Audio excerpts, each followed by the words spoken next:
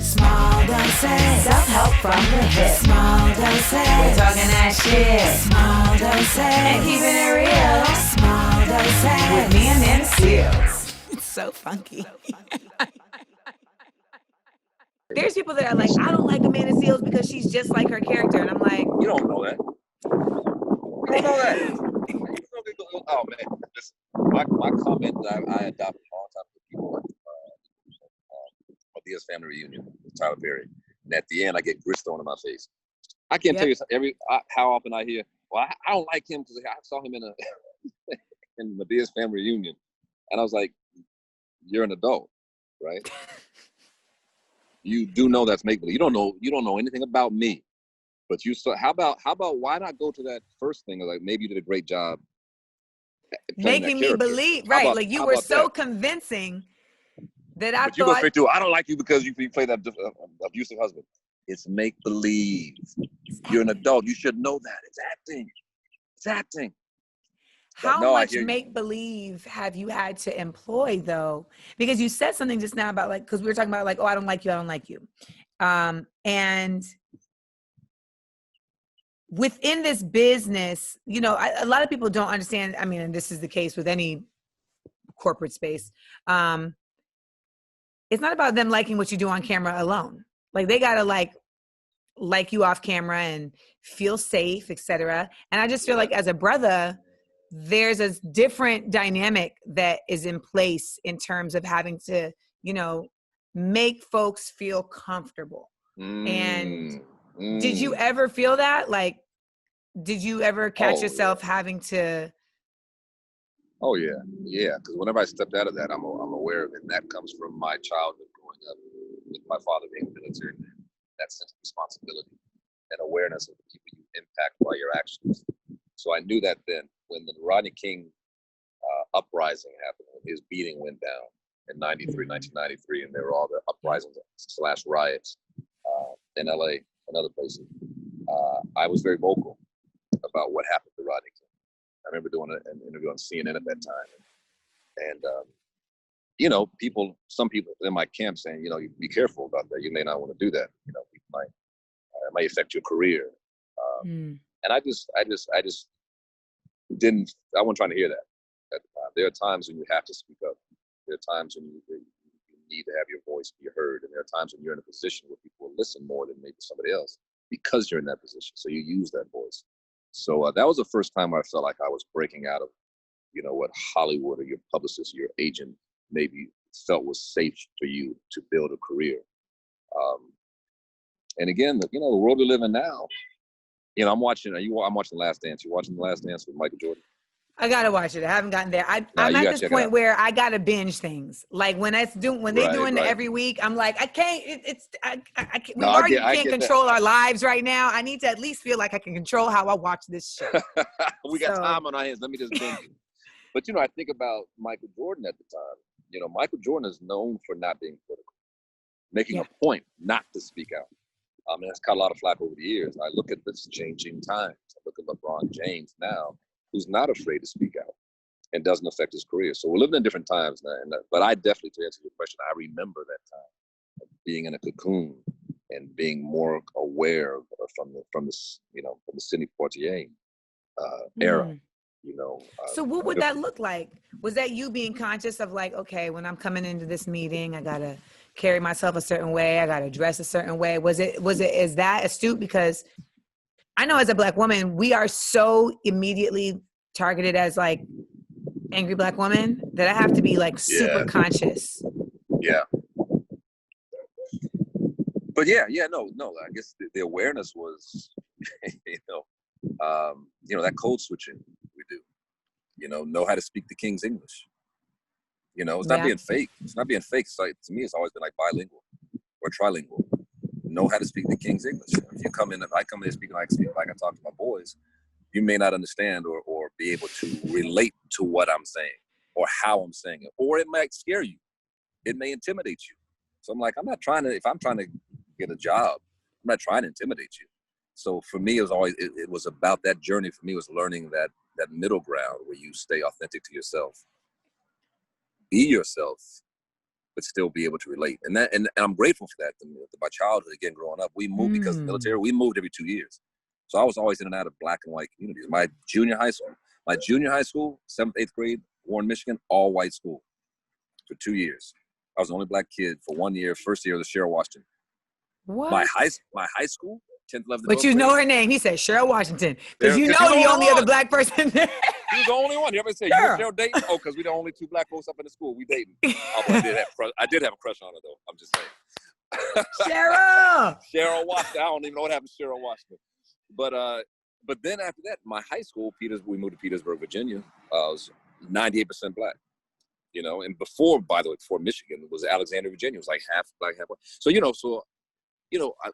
thankfully for that, my life was kind of navigating inside of both worlds, black and white. And it was really black and white. It was a Latin dynamic or Asian dynamic in my life growing up.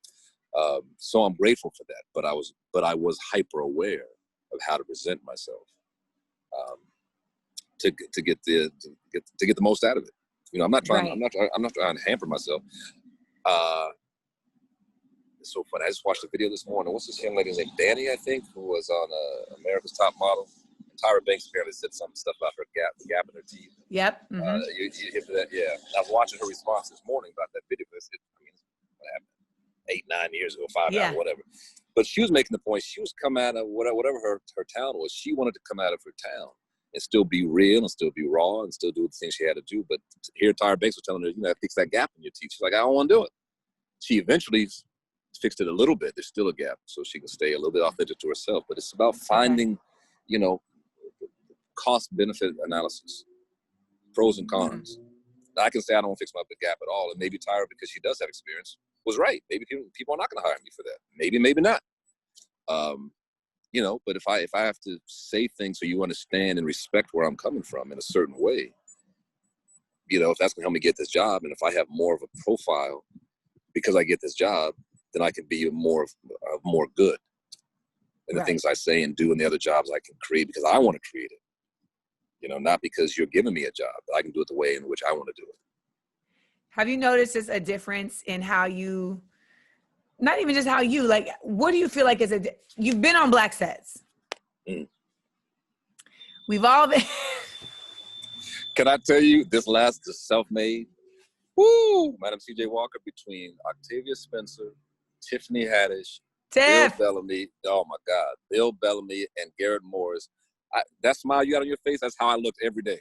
I don't think I ever laughed that hard on a set.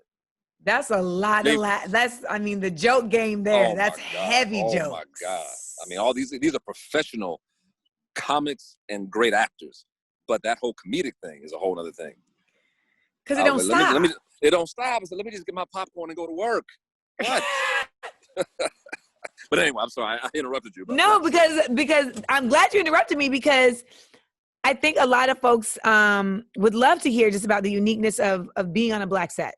And, and there's something to note in that a lot of us are only just now kind of getting those opportunities to be on a black set. You were in A Soldier Story, which, for all intents and purposes, that was a black, set. Oh, yeah. Can you tell me about that experience? Oh, man. Well, everyone is different, but just every set is different. But the broad strokes of it all, listen, man. First is specifically the Soldier Story set. Oh, yeah. What? Soldier's Play, yeah. Yes. Woo! I think a lot of times we feel like there's a larger mission. I feel like that's the theme for the state's conversation, but there really is that. Yeah. Madam C.J. Walker tell her story finally. But even just for us as Black folks to come together and work together, we get to speak.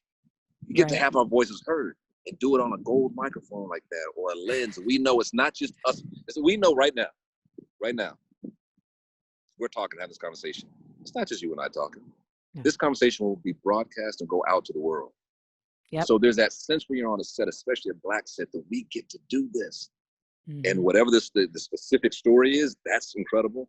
But the fact that we get to do it and have our voice heard and have ourselves be seen the way we want to be seen, because we're writing it, we're directing it. I can't imagine what a secure set is like. So but you answer your question about A soldier's play, we thought that same thing because there's a sense of purpose.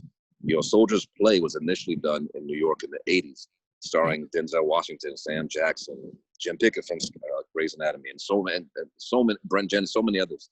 So after 35, almost 40 years, it had never been on Broadway. It was at the Negro Ensemble Company, the NEC in New York, which was an off-Broadway house. This was a Broadway house. So it had never happened before. So we knew that was a first. That was historical. The fact that it's a story of 11 cast members, 9 brothers on stage, it's our story. So there's an excitement and a depth and a sense of pride and energy and electricity and humility that we get to tell the story. So anyway, that's by and large, it's family coming together. Unless somebody's showing out for some reason, that once in a while that happens, which is rare. It never happens. So playing.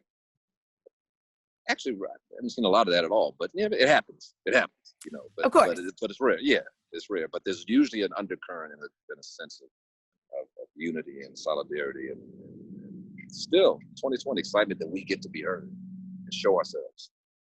So let's show up and show out.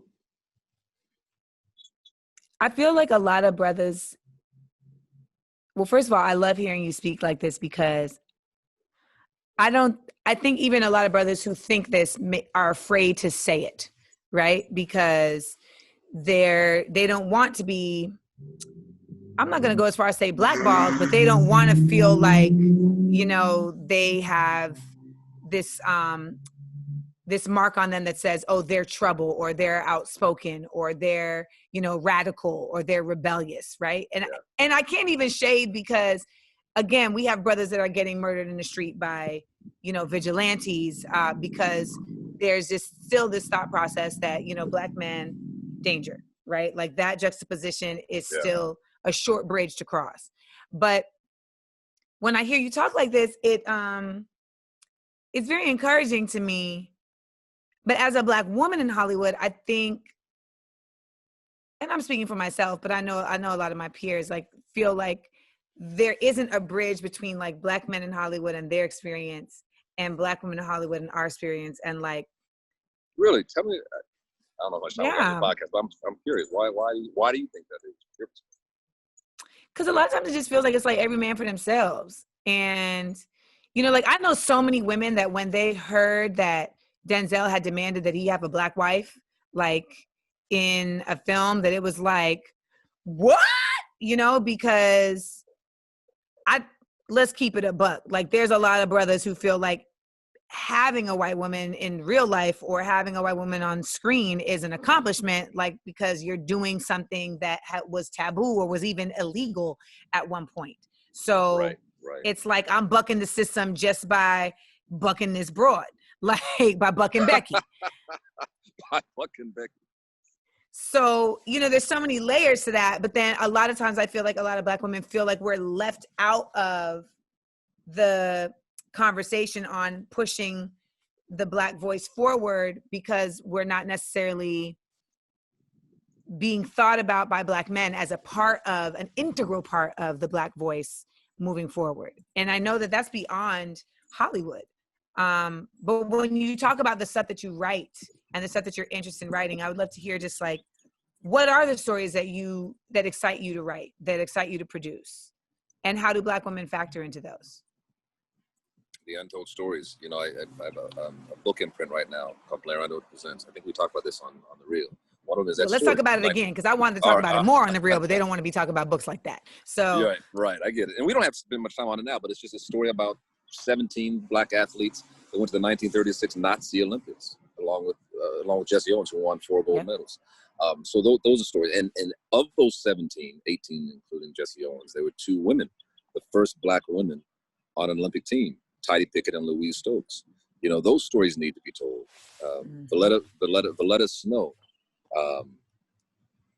Deborah Riley Draper, who wrote, directed, and produced Olympic Pride, American Prejudice, is the book we're talking about, which was based on her documentary, same title, Olympic Pride, American Prejudice. She came to even learn about these athletes because she was doing a story on Valletta Snow. Valletta Snow was a jazz musician in America, had to go to Europe to have a career, and because that was the degenerate music You know, that's what the Nazis were saying and Hitler was saying at that time. She was in prison and was put into a concentration camp. So, but let us know. So incredible. Google her. So Deborah was doing research. Let us know. Google Valletta Snow, y'all. I got that name right. Valletta Snow. So she was doing research on her, and Valletta Snow had made a comment. She said, "I wish I had gone back to America with those other 17 athletes." Deborah's like, "Whoa, what? During the 1936 Olympics?" So then she kind of just hopscotched over her and went and told that story. But Valletta Snow is a story I would love to tell. I'd love to tell her story. But there are millions of stories that haven't been told in terms of our history that excite me. But I'm fascinated by what you're saying just about the whole black woman, black man thing in Hollywood. And I can definitely relate on all fronts as a black actor, but also as a black actor who's in a position sometimes to have the right actors. You know, I did a show called Ironside. Mm-hmm. My character was a detective in New York. It was inspired by and based on a series from the 70s starring Raymond Burr. And he's in a wheelchair, and he's a detective. And I was adamant because I was the lead in the show, and it came out of a deal I had with NBC, and so I had a chance and opportunity to speak up. Okay. And we had a scene where we had a couple scenes. The character. Wait. I just want because I love people in here like to hear inside baseball. So when you said you had a deal at NBC, and so you had a chance to speak up, I just want you to expound upon what that actually means, because you chose to spoke up earlier when you were younger, but this is a different situation because of your contract allowed you to have more creative input. Exactly. Back up a little bit further. So when I did A Streetcar Named Desire on Broadway with Nicole Ari Parker, my Broadway debut, the head of NBC, Bob Greenblatt, came to see A Streetcar Named Desire. He came backstage and said, "I want to create something for you." So that next week, my manager and I sat down with him, and out of that conversation came a deal with NBC, a production deal, whereby they would present things to me, and if I got excited, we would do it. I'd present things to them that I wanted to produce. So everything I brought to them, they said no, which is cool. It happened. But I think I had a month left. It was like a 1-year deal. I had a month left on this production deal with NBC. Mm-hmm. And they said, "Listen, we own Streetcar. We own Ironside. We're thinking about doing this as a series. If you say yes, we'll do it." I was like, "Yeah," because I didn't want that deal to just pass and have nothing come of it.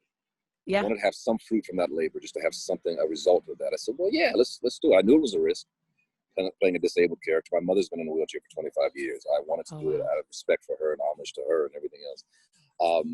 So anyway, that's how that came to be. Mm-hmm. So we're doing Ironside, and in the script, I have a wife's character. And I said, "This is what's important to me." I talked to all the other producers. I need that character. It's a tricky thing. I'm just saying this now because discrimination laws right now. But I said, let me just say this. Let me make it easy for you, make it safe for you. That's what I said to producers. If it's between equitable actresses that are all great actresses, I would prefer a dark-skinned actress. I would tell you this. And she said, "This is why." Terry was a producer. She said, "Why do you say that?" And I said, "I came from a dark-skinned woman. I met my wife as a light-skinned black woman." Incumbent. All right, Rocky. He hears the sirens. Every time he hears the siren, he starts howling. So let me just give you something. Just let the siren pass. All right, Rocky. Rocky! Go on, get your howl on, boy.